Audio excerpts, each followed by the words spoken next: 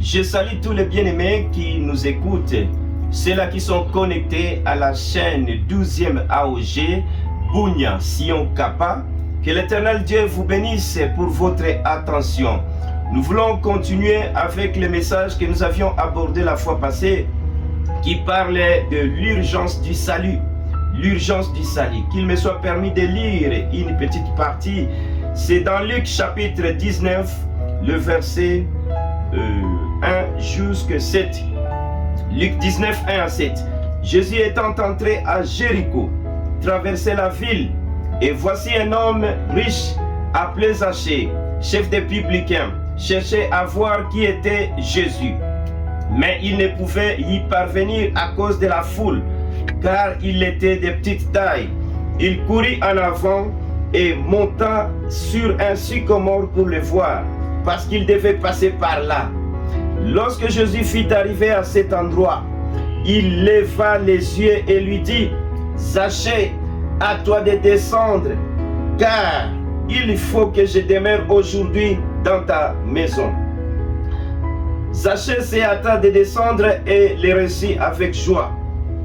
Voyant cela, tous murmuraient et disaient: il est allé loger chez un homme pécheur. Mais Zachée se tenant devant le Seigneur lui dit: voici, Seigneur, je donne aux pauvres la moitié de mes biens. Et si j'ai fait tort de quelque chose à quelqu'un, je lui rends les quadruples. Jésus lui dit: le salut est entré aujourd'hui dans cette maison, parce que celui-ci est l'un des fils d'Abraham. Car le Fils de l'homme est venu chercher et sauver ce qui était perdu. Merci beaucoup, bien-aimés. Nous parlons de l'urgence du salut. Nous avions introduit en disant que le salut est urgent. Pourquoi? Parce que tout le monde est exposé à la mort. Tout le monde est exposé à la mort. C'est-à-dire, la mort est en train de guetter l'humanité tout entière. Bien-aimés de Dieu, nous savons tous que tout le monde est né pécheur. Tout le monde est né avec le sang d'Adam et Ève. De cette façon, nous sommes nés pécheurs. Comme nous sommes nés pécheurs, de ce fait, la mort nous guette. Quelle mort? La mort éternelle. Parce que la mort physique, ça, c'est pas un problème. Tout le monde va mourir, que ce soit croyant ou incroyant. Tout le monde va mourir sur le plan physique.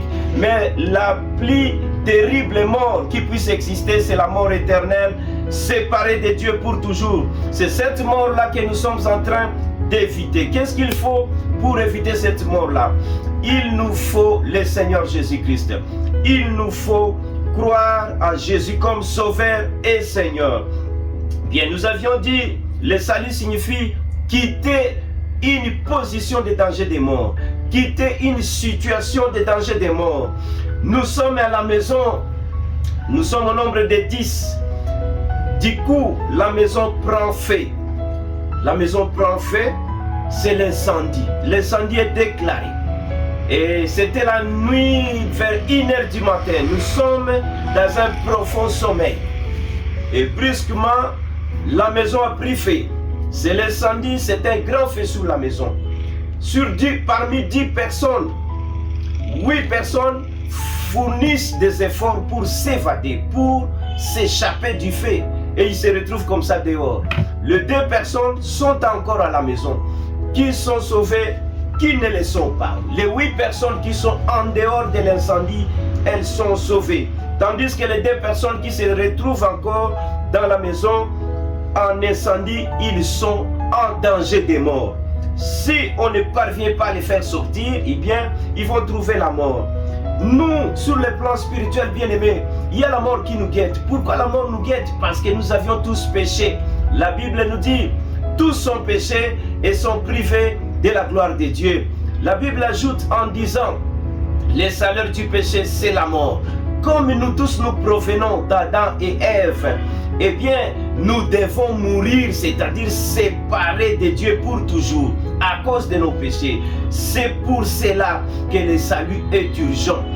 Donc, toi qui nous écoutes, toi mon frère, toi ma soeur, et moi-même, nous devons nous empresser pour saisir Jésus-Christ. Nous devons nous empresser pour croire à Jésus comme Sauveur et Seigneur. C'est-à-dire qu'il soit notre Sauveur et qu'il soit notre Seigneur. C'est-à-dire celui qui nous dirige pendant toute notre vie ici sur la terre. Parlant des Zachée, il y a 3 points que vous allez retenir. Le premier point, Zachée, j'ai commencé à dire il était très riche. J'ai expliqué comment il est devenu riche. La régie financière lui demande d'amener 100 000 $. Il fournit des efforts, il amène comme ça 200 000 $. Les 100 000 $ c'est pour la caisse de l'État et les 100 000 $ c'est pour lui. Imaginez un tel monsieur qui empoche chaque mois 100 000 $ par an, il aura combien dans sa caisse au niveau de la banque? Voilà, c'est de cette façon que Zachée était devenu très riche. Bien-aimé de Dieu, malgré la richesse de Zachée, Zachée a compris que la richesse ne pouvait pas lui donner le salut. L'argent ne peut pas offrir le salut à qui que ce soit. Tu peux être riche là où tu es. D'ailleurs, il n'y a pas de péché dans la richesse. Je ne vais pas dire qu'il y a de péché dans la richesse. Si tu es riche, ne vous en faites pas. Mais au-delà de votre richesse, cherchez le salut en Jésus-Christ. Parce qu'il y a des choses que l'argent peut faire, mais il y a des choses que l'argent ne peut pas faire. Bien que Salomon, dans son livre, c'est l'Ecclésiaste, il a dit, l'argent répond à tout. Attention, il faut interpréter cette parole-là. Est-ce que l'argent répond à tout? De façon générale, non. Il a parlé de manière spécifique. Salomon a dit, l'argent répond à tout. C'est sur le plan physique, sur le plan socio-économique, l'argent peut répondre. Hein? L'argent peut t'aider à payer le loyer de la maison, l'argent peut t'aider à payer la scolarité des enfants, l'argent peut t'aider à nourrir la famille, l'argent peut t'aider à guérir, à soigner les maladies. L'argent répond à cela. Est-ce que vous n'avez jamais vu les riches qui sont malades aller à l'étranger en Afrique du Sud ayant 1 million dans son compte, mais il rentre cadavre? Est-ce que l'argent a répondu à ce niveau-là? Non. Il y a des choses que l'argent ne peut pas résoudre, bien-aimé. Il y a des choses, rien que le salut peut résoudre. L'argent ne peut pas aider quelqu'un à entrer au ciel, non. L'argent ne peut pas effacer les péchés de quelqu'un, non. Donc, Zachée a compris, le premier point, c'est celui-ci. Zachée a compris que, bien qu'ayant de l'argent, il a besoin de Jésus pour le salut. Bien-aimé, vous qui êtes riches, vous qui nous suivez, vous êtes riches, mais appelez Jésus dans votre vie, qu'il vienne vous donner le salut. Ça, c'était le premier point. Zachée avait compris qu'il lui faut le salut. C'est ainsi que nous passons au deuxième point. Il a mené des démarches pour rencontrer personnellement le Seigneur Jésus. Quelles sont les démarches que Zachée a pu mener? Il y en a 2. La Bible nous dit il a couru en avant. Il a couru. Bien-aimé, pourquoi vous ne voulez pas courir pour venir à l'église? Pourquoi vous ne voulez pas courir pour voir les serviteurs de Dieu, pour la situation qui vous tracasse? Pourquoi vous ne voulez pas courir pour venir écouter la parole de Dieu? Courez, nous sommes ici à la 12e AOG Sion Kapa Bounia. Vous avez des problèmes sur le plan spirituel ou sur le plan sanitaire, courez vers Jésus. Venez au Seigneur Jésus. Il va vous donner le salut, même la guérison, même ce dont vous avez besoin. C'était là le deuxième point. On nous dit, je suis en train de dire qu'il avait 2 démarches. Premièrement, il a couru vers Jésus. Deuxièmement, il est monté sur un sycomore. Ici, nous voyons les moyens que Zachée a utilisé pour rencontrer personnellement le Seigneur. C'était le sycomore, un arbre qui pousse souvent en Asie. Il est monté sur un sycomore. Ce sycomore peut représenter pour nous aujourd'hui les religions. Dans le monde, nous avons plusieurs religions, environ 100.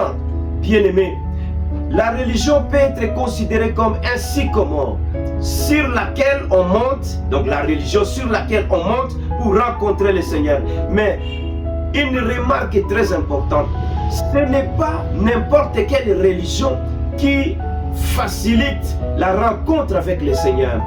La seule religion qui est acceptée par la parole de Dieu, qui peut amener l'homme pécheur à rencontrer le Seigneur pour le salut, c'est bien sûr le christianisme. Le christianisme. Vous savez, il y a beaucoup de religions dont les fondateurs sont morts. Ils ne vont pas ressusciter. Certains vont ressusciter pour le jugement, pour être condamnés. Mais l'unique religion qui s'appelle le christianisme, c'est la religion de Christ. Religion dans laquelle Christ est la base. Christ qui est mort, il est ressuscité. Si vous croyez au christianisme, si vous croyez à cette religion-là, dont Jésus est la base, bien-aimés, vos péchés sont pardonnés.